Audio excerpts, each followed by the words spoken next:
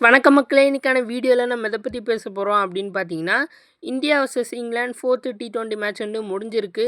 இங்கிலாந்து வந்து சீரிஸ ஜெயிச்சுட்டாங்க. பார்த்தீங்கன்னா சீரிஸ ஜெயிச்சுட்டாங்க. இந்தியன் டீமோட பேட்டிங்லாம் பார்க்கும்போது, தயவு செஞ்சு இந்தியன் டீம் இதுக்கப்புறம் T20யே விளையாட வேணாம் அப்படின்ற ஒரு ஃபீல் தான் சத்தியமா வருது. மறுபடியும் மட்டமா விளையாடுறாங்க. அதே தப்பு பண்றாங்க. அதே ரிசல்ட்டும் வருது. என்ன சொல்றது அப்படின்றது தெரியல.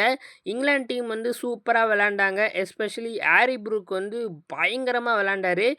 இந்த மேட்ச்ச நான் வேற கடைசி வரையும் பார்த்தேன். அதுக்கு ஒரு முக்கியமான காரணம் வந்து ஹாரி ப்ரூக் தான்.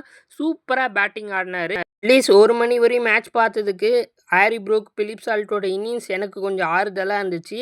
எஸ்பெஷலி வாஷிங்டன் சுந்தர சூப்பரா டேக் ஆன் பண்ணாரு. அந்த ஸ்ட்ரெய்ட் சிக்ஸ்லாம் பயங்கரமான ஷாட்டு. ஸோ நான் கொஞ்சம் என்ஜாய் பண்ணேன். இந்தியா ஃபார்ம்லயே இல்லாத பேட்ஸ்மேன கூட ஃபார்முக்கு கொண்டு வந்துட்டாங்க. பிலிப் சால்ட்ட தான் சொல்றேன். 2 மேட்ச் சூப்பரா பெர்ஃபார்ம் பண்ணி ஜெயிச்சுட்டு வந்துட்டாரு. இங்கிலாந்து வந்து ஜெயிச்சுட்டாங்க சீரிஸ. இந்தியன் டீம பத்தி பேசலாம். என்ன பேசுறதுன்னு தெரியல. ஏன்னா ஒரு மேட்சுமே பண்ண தப்பே தான் பண்ணிட்டு இருக்காங்க. பேட்டிங்ல யாருமே ஃபார்ம்ல இல்ல. பவுலிங்ல சுத்தமா ஒண்ணுமே பண்ண முடியல. நம்ம வந்து இந்தியன் டீம் கிட்டேருந்து இந்த 5 T20ல 5மே ஜெயிக்கணும். சீரிஸ ஜெயிக்கணும் அப்படின்னு நம்ம எதிர்பார்க்கல. கண்டிப்பா எல்லாருமே தோப்பாங்க. தோல்வின்றது டெஃபினட்டா எல்லாருக்குமே வர ஒரு விஷயம் தான். ஆனா எப்படி தோக்குறீங்கன்னு ஒரு விஷயம் இருக்கு இல்லையா? ஒரு ஃபைட் குடுக்கணும். அதுதான் நம்ம எதிர்பார்க்குறோம். இந்தியா அப்படியே இங்கிலாந்து கிட்ட சரண்டர் ஆன மாரி தான் இந்த சீரிஸ்ல இருந்துச்சு. கிட்டேருந்து நாங்க வந்து ஒரு ஃபைட் தான் எதிர்பார்க்குறோம். நேத்து ஸ்ரேயஸ் ஐயர் எப்படி தனியாளா போராடினாரோ, அந்த மாரி ஒரு அபிஷேக் சர்மா மாரி இன்னும் ஒரு 2, 3 பேட்ஸ்மேன் ஒரு இஷான் கிஷன், சிவம் துபே, திலக் வர்மா இந்த மாரி 2, 3 பேட்ஸ்மேன் எல்லா மேட்ச்லயுமே உங்கள அடிக்க சொல்லல. அட்லீஸ்ட் இந்த மேட்ச்ல ஒரு 2 பேரு, அடுத்த மேட்ச்ல இன்னும் 2 பேர். இந்த மாரி பேட்டிங் ஆடி ஓரளவுக்கு ஒரு ஸ்கோர் போட்டீங்கன்னா, அது பார்க்கறதுக்கும் நல்லாருக்கும். இதுதான் ஒரு ஃபேன்ஸா உங்ககிட்ட நாங்க எதிர்பார்க்குறோம். அது வந்து தயவு செஞ்சு பண்ணுங்க. அண்ட் டெஃபினட்டா டீம மாத்தணும். நெறைய சேஞ்சஸ் இருக்கு. நெறைய வேலைகள் இருக்கு.